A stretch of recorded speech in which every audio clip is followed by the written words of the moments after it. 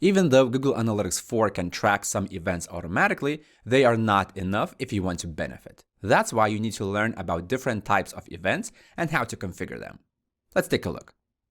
In this video, I presume that you have already installed Google Analytics 4. If you haven't yet, then take a look at the description of this video, where I will share a link to a blog post and a video tutorial that explains how can you do that. In this video, I'm going to cover the following topics. First of all, we will take a look at the automatic tracked events. Then we will take a look at the enhanced measurement, which is also part of the automatic tracking, but it tracks some additional events that were not available in Universal Analytics, for example, such as clicks, scrolling, and so on. Then we will take a look at some recommended events. So if you want to track something that is not automatically tracked, then there is a list of events that Google recommends you to implement. If you have some event in mind and that one is not mentioned among recommended events, then you can send them as custom events. And then this video will be ended with creating new events directly from the interface of GA4 and how to modify your incoming events, because sometimes events might contain certain errors, and the fastest way for you to do that might be using the modify events feature. So when you install Google Analytics 4, by default, it will be able to track certain events. Speaking of website events, here they are. Let's start with first session. So this event is fired when you land as a visitor on a website for the first time ever. Then there is session start. So this event is automatically tracked every time a new session starts in Google Analytics 4. By default, session duration is 30 minutes. So if, let's say, you as a visitor land on a website in the morning, and then later on that very same day you land on a website, let's say in the evening, it will start a new session. And then there is user engagement event. There are more nuances about this event, so if you want to learn more, I will post a link to a blog post below this video. But in general, this event fires when a visitor spends at least 10 seconds on a page and goes to another page of your website. When it comes to mobile app tracking, there are more automatically tracked events. And if you want to learn more about them, I will also post a link below the video. Now let's move to the enhanced measurement. You can find its settings by going to Admin, Data Streams, and then select your website data stream.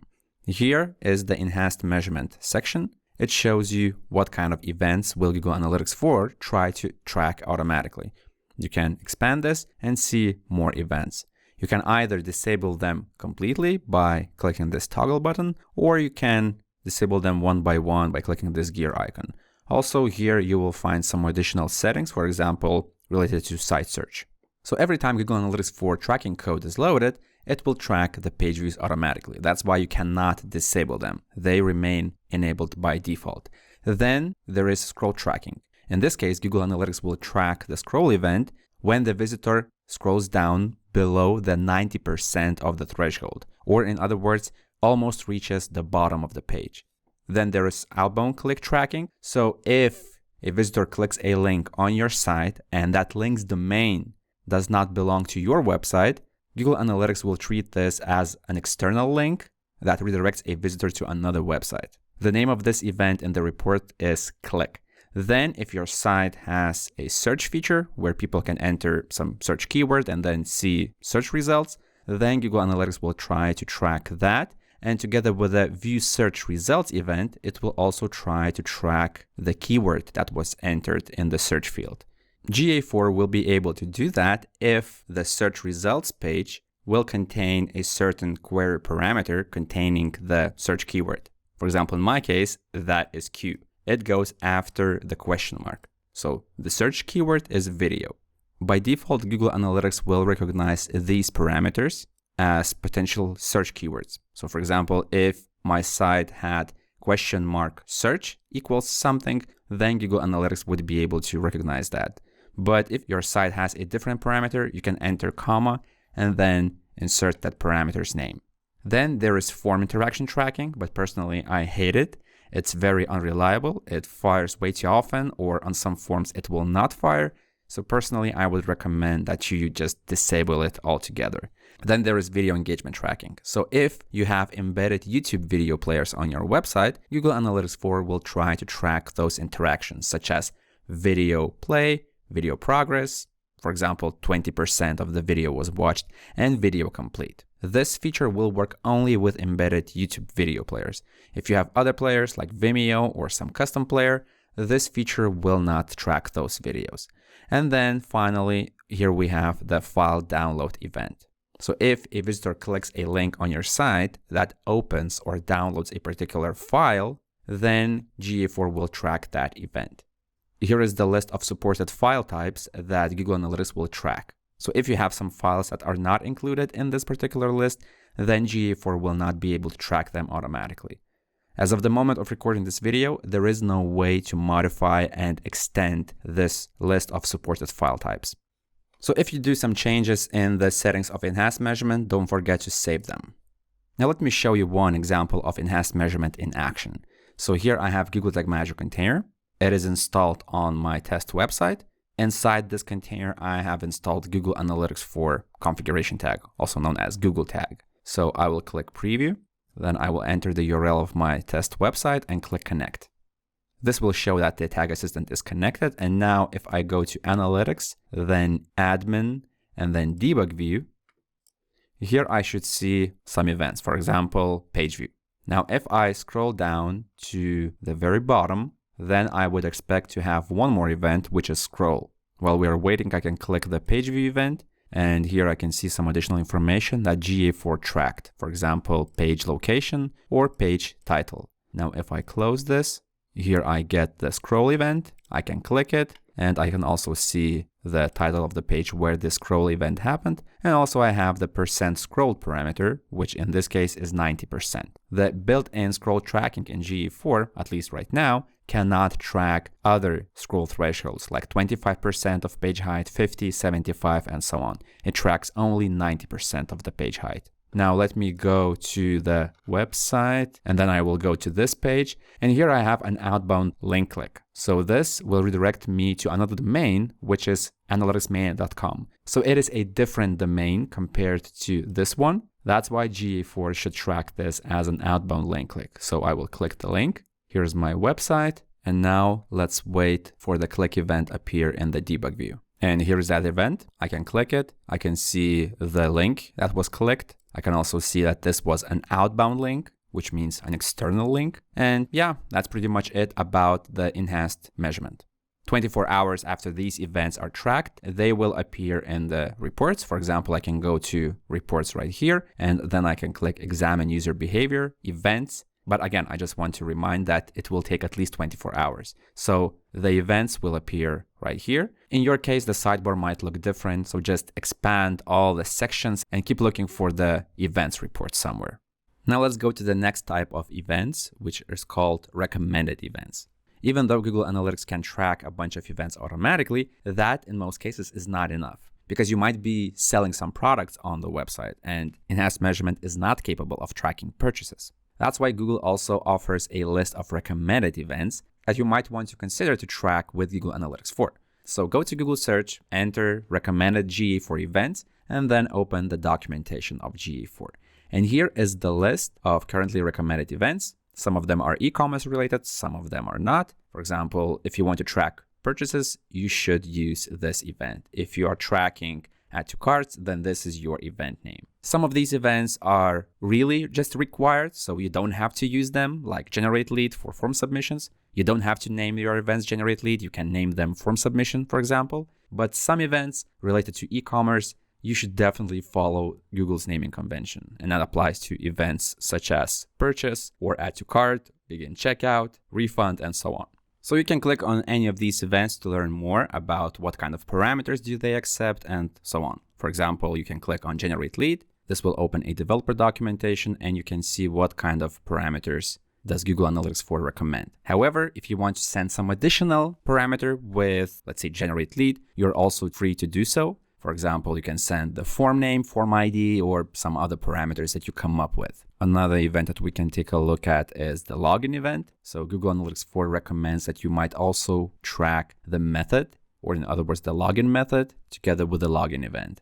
It might be the email login, it might be Facebook login, Google login, or whatever. Let's say that I want to track when a visitor logs in on my page. So here is a demo login page, and if I enter username and password and click login, I will access my account. So when you have some event in mind and you want to track it, it's always a good practice to take a look at the list of recommended events first. As I've said, if you want to track some e-commerce event, then definitely follow the naming convention. In other cases, it's your choice. since I want to track the login event, I see it displayed right here. I would say the name login makes sense, so I will use this recommended event. So let's take a look at how can I track the login event with Google Tag Manager. I have already enabled the preview mode. So here it is displayed as connected. And now if I enter my login information and click login, it shows me the success message. This is a demo page, so I don't have any real account here, but in my case, that's enough. Let's say that I have asked a developer to push the login event to the data layer of Google Tag Manager every time the user logs in. So now let's say that the developer has done his job, and I will click the preview mode to see if that login event is available in the data layer. And it actually is. So if I click this event and I expand the data layer, I will see the event name, and also I see the user ID. In this example, I will be focusing just on the event without the user ID. So to use this kind of login event as a triggering condition in Google Tag Manager, I need to create a custom event trigger. So let's go to triggers, then I click new, trigger configuration, and then custom event. Here I need to enter exactly what it is right here, which is login. That's the value of the event, or in other words, the event name. So I will enter all lowercase login, and then I will name the trigger like that. Click save. If I had some other parameters, let's say login method in the data layer, I could create a data layer variable for it. But right now I will keep this as it is. So now if I go to Google Tag Manager, let's create an event tag, which will send the event to Google Analytics 4. In this tutorial, as I've said, I assume that you have already installed Google Analytics 4 configuration tag, also known as Google Tag, in your container. If you have no idea how to do that, then I will post a link below this video. And in that tutorial, you will learn how to install GA4. So watch that first and then come back to this video. The settings of the Google tag are very simple. Here I have just entered the measurement ID of my GA4 data stream, and that's it. So now let's create an event tag. Click New, Tag Configuration, Google Analytics, and then select GA4 event. Here we have to enter the measurement ID of our GA4 property. It should be the same measurement ID that is in your Google tag. You can also find the measurement ID by going to admin, then data streams, click your website data stream, and then copy the measurement ID. Go to Google Tag Manager and paste it. If the measurement ID here matches at least one Google tag in your container, you will see this check mark right here. However, in the future, you will create more event tags. So manually pasting the ID over and over again is not ideal. Instead, you could create a variable that contains this ID, and then in the future, you will be reusing that variable instead of manually pasting. So let's cut this measurement ID and we will create a variable. Click the button to insert the variable, then click plus, and we will create a new variable. In the variable configuration, click anywhere, and then select constant. And here, paste your measurement ID. Then name this variable, for example, like this, and click save. Then this variable will be inserted right here. And as you can see, Google Tag Manager has validated and it says that everything is working fine. In fact, you could even use this variable in the Google tag as well. Now the event name. According to the documentation, we should send the name login. So let's do that. I will enter login. And in this case, I don't have different login methods. It's always email, so I will not send it. But if in your case you have various login methods, you could send an additional parameter with this event. You could do that by clicking event parameters, then add parameter, and then enter the name of the parameter. In the documentation of the login event, that parameter name is method, all lowercase. So here you could enter method and then some variable that returns the value of the method. So maybe you have some data layer variable in your container that takes the login method from the data layer of the website. But as I've said, in this case, I will not be sending any login methods. By the way, if you want to add some additional custom information, you can also do that. Just add more parameters and insert the variables that contain those values. But right now I will just delete this. Then in the triggering, click anywhere and then select the custom event trigger. So let's name this tag and then save. Let's test if this is working. So click preview to refresh Google Tag Manager. And now I will log in. And after I have successfully logged in, I can go to preview mode and click the login event, and here my GA4 event tag fires. Right now there is a bug that sometimes shows unknown tag type, but I think this will be fixed quite soon. So once you see that your tag has successfully fired, then go to Google Analytics 4, then admin, debug view, and here you should eventually see the login event appear. And after a couple of moments, I have the login event here. I can click it and I see what kind of information was automatically tracked. So when you make sure that your event tracking setup in Google Tag Manager is working properly, your next step would be to go to GTM and publish your changes. So click submit and then complete all the necessary steps that the interface asks you to do. After that, these changes will go live to your website visitors and you will start tracking those events with GTM. And now let's take a look at custom events. If you have some event in mind that you want to track and that event is not mentioned in the automatically tracked events, enhanced measurement, or recommended events documentation, then you can come up with your own event name. And that's what a custom event is. Let's take a look at one example. First, I will go to Google Tag Manager and go to triggers, then new, trigger configuration, and I will enable a just links trigger. Let's name this trigger, save it, and then if you haven't done that yet before, enable all click related variables. Close this, and then let's enable the preview mode or refresh it if you have already opened it. So click preview, then I will enter the URL of the website. And let's say that I want to track clicks on these menu links. And instead of setting just a regular click event, I will name my events menu link click or menu click.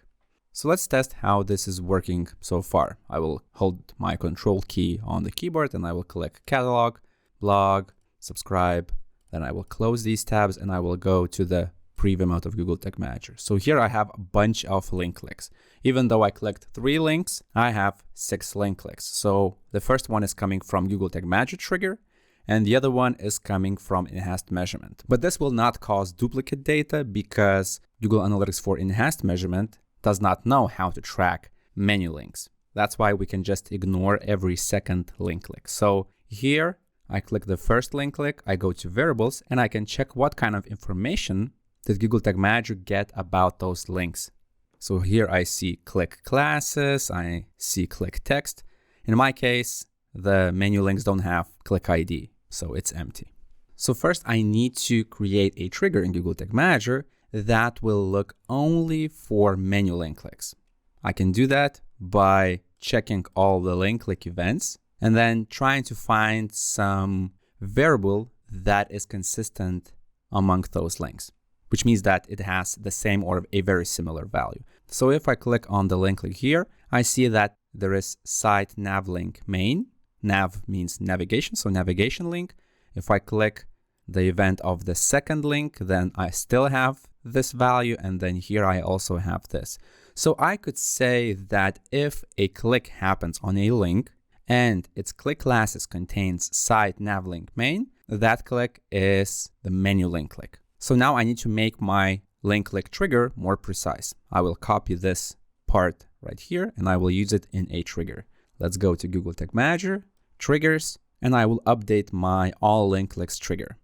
Let's make it more precise. So edit the trigger and then choose some link clicks where click classes contains this particular value.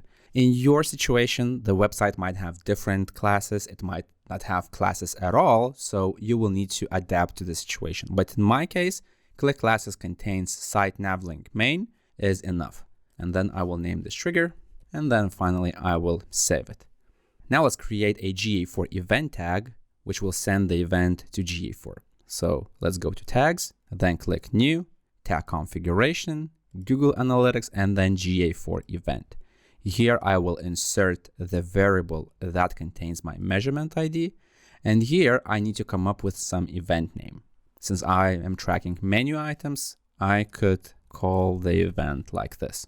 However, just sending the event name is not enough because there are multiple links on my website. So how will I know by looking at the report that the link was catalog or subscribe or contact or something else?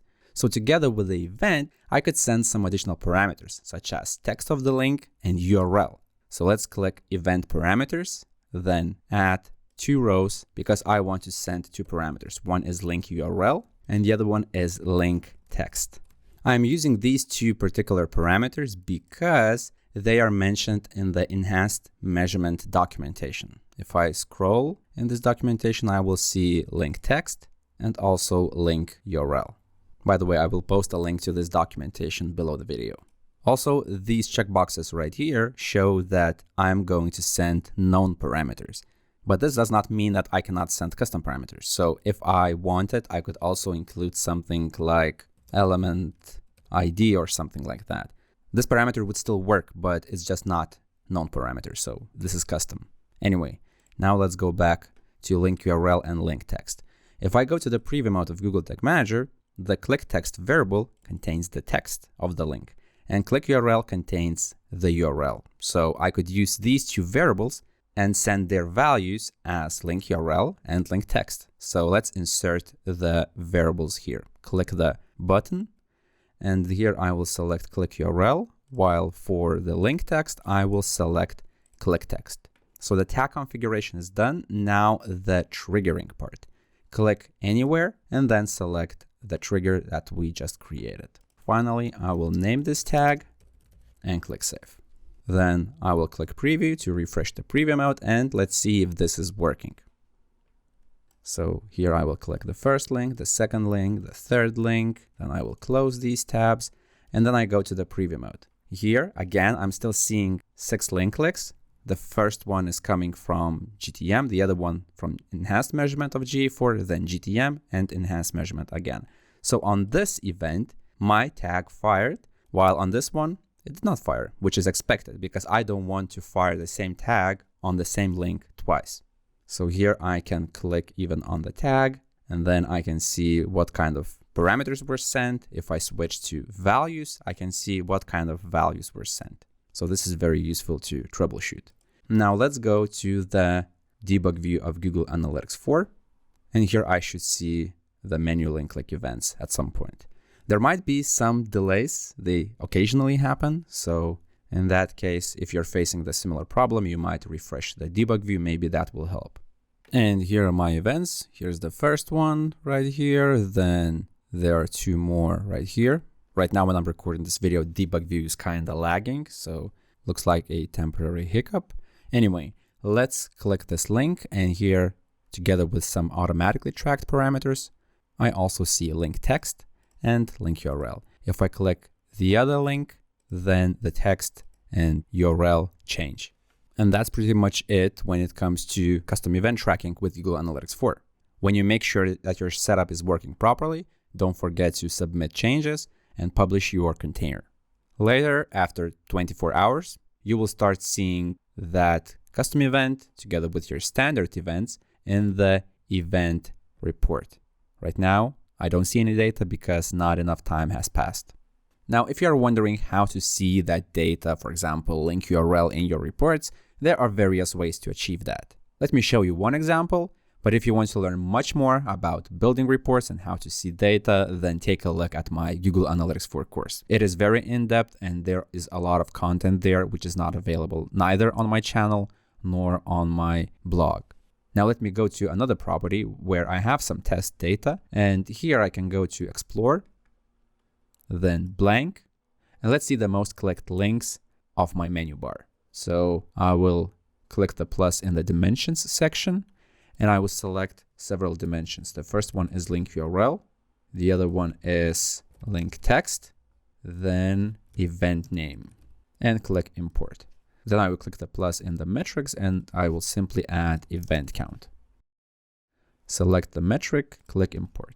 Now I will double click on the link URL, then link text to add it to the report, and then event count. Then I need to narrow the report down to just menu link click events. So I will click the filters, then select event name, and I want to narrow down only to those events where event name exactly matches menu link click. And click apply. And here is a report. It shows that the first link, which is home, was clicked 5 times, then catalog 2 times, subscribed twice as well, and blog was just clicked once. And now let's take a look at 2 more features related to event tracking. However, they are different compared to, let's say, recommended events or custom events, because in those situations, we used Google Tag Manager to send the events, or your developers can send the events with the Google tag directly from the website source code. But the create new events and modify events features, they allow you to work with events, of course, with certain limitations, directly from the GA4 interface. Personally, I am not a fan of these, but I just wanted to show you that this option exists. So here's a situation. Let's say that you are tracking page views with Google Analytics 4. That's the most basic default stuff. And when someone visits a thank you page of your website, you want to track that as a separate event. For example, it can be called thank you page visit. So you have several options here. One of them could be to send an event with Google Tag Manager. The other one is with the native Google Analytics 4 tracking code. And the third option is to go to Admin, Events, and then click Create Event. So this feature allows you to create new events on other incoming events. So for example, if you're tracking page views, you can create a new event based on that existing page view. Let me show you. So here you should click Create, and then you need to create a new event name. In this case, it might be thank you page or something like that. And then you need to enter the conditions of your current events that you're tracking. And if those conditions are met, then this event will be fired. So in my case, there are two conditions. The first one is that the event name must exactly match page view. So this means that the visitor lands on some page, but I don't want this to fire on any page. I want it to fire only on that page, which is actually the thank you page or order confirmation page. So then I need to add another parameter, which is page location. So if event name equals page view and page location contains, let's say, thank you, because maybe that's part of your thank you page URL, then Google Analytics will automatically track this event as well. And by default, this event will inherit all the data such as page title, page location from the original page view event. But if you don't want that, then you can disable this checkbox. But normally you would want to keep this enabled. Just keep in mind that this does not apply to historic data. It applies only from the moment when you click Create button here. So now I can click Create, and that's it. But just keep in mind that you can have only up to 50 rules in a single property. So this is one rule, and then I could create additional 49. This might be enough for those who don't want to use Google Tag Manager and their setup is fairly basic, where page view based triggers are enough, or maybe they might want to use some other event here. But normally I would say that if you are using Google Tag Manager, then keep configuring your events there, because having part of your events here and the other part right here will cause problems in the future, because at some point you might forget that you have some rules right here and your troubleshooting will become more problematic. And then the other feature is called modify events. So if you go again to admin and events, you click modify event, and here you can create up to 50 rules that will modify incoming events. For example, maybe some event has a mistake in its parameter. So in that case, you could create a rule that will fix that problem. But again, in my opinion, I would say if you have some problems or some mistakes in your events, why not fix the actual source of the problem, which is probably a tag in Google Tag Manager or some bug in developer's code. So if that is possible, definitely do that. Modify events feature, I would say, is like a duct tape solution, which is a last resort. I will not dive deeper into this because, as I've said, I'm not a fan of this, but if you want to learn more, then I will post a link below this video to my tutorial. It's about GA4 event tracking, and one of the sections here is about the modify events feature. So here I explain how to use this feature and then give an example. And this feature also does not apply to historic data. It applies only to new data that is collected after you configure the modify events rule. And that's how you can track events with Google Analytics 4 and Google Tag Manager. If you found this video useful, hit the thumbs up button below the video. That will help me understand what videos do you like and what should I create in the future. Also, if you want to learn more about Google Tag Manager or GA4, then consider subscribing to this channel. My name is Julius, this is Analytics Mania, and I'll see you in the next video.